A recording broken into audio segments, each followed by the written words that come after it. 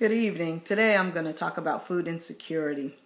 I wrote a blog back in 2009, in May of 2009, and I decided I wanted to share some of it, share some statistics, and bring some understanding, and also respond to some of the ignorance that's out there in regards to the issues of hunger and poverty. And so food insecurity is, by longstanding definition, is a lack of access to sufficient and nutritious food. More than 12 million American children, or 1 in 6, are at risk of hunger. Another statistic is Texas is home to a higher share of hungry children than any other state, according to Feeding America. They also found in a recent study done in 2009, they found that 22% of Texans under the age of 18, that's 1.5 million, don't get enough nutritious food. Texas is ranked 5th in the nation for food insecurity among children under the age of 5. And I feel like the world we are living in is starting to really scare me. What scares me is the apathy. There's absolutely no concern about others, just judgment.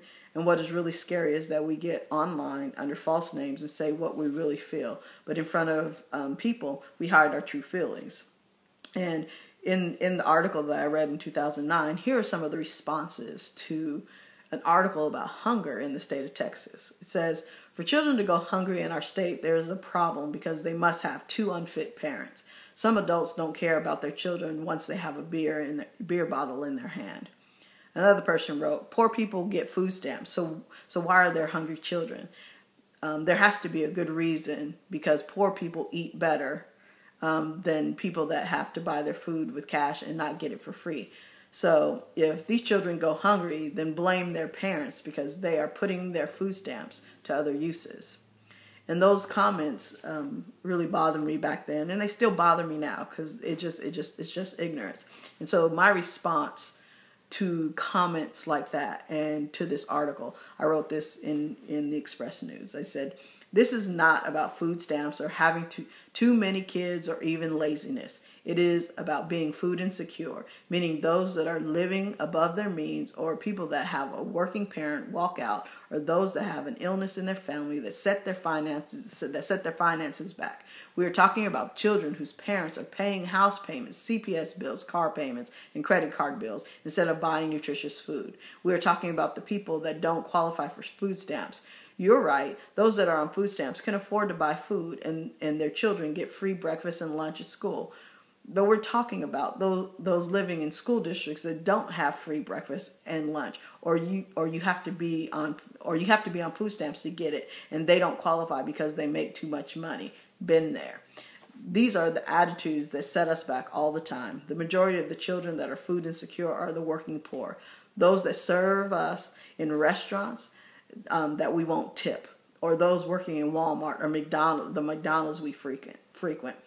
The attitudes stated here are the reasons why the people working there are in the situation they're in, because they can't afford to come to you to ask for help without judgment or ridicule.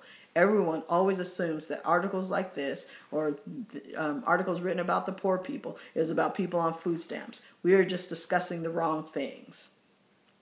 So no one makes the decision to be food insecure. It just kind of happens. I know, because I've been there, working every day. But when I look at my expenses, where would I cut back? I cut back on food.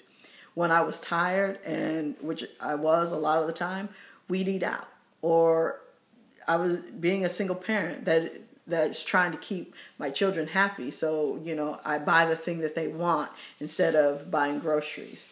Until you walked in the shoes of those that are struggling. And in this economy right now, today, people are struggling.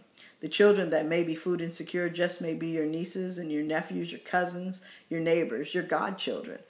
But no one is talking about it because they're afraid of the exposure, the judgment, and the rejection, and the abandonment. So don't be apathetic to your neighbor, because one day it just may be you that needs help. And wouldn't you want to be able to tell someone your struggle and have them help you, or just be there for you? I know I did. I'll talk to y'all tomorrow.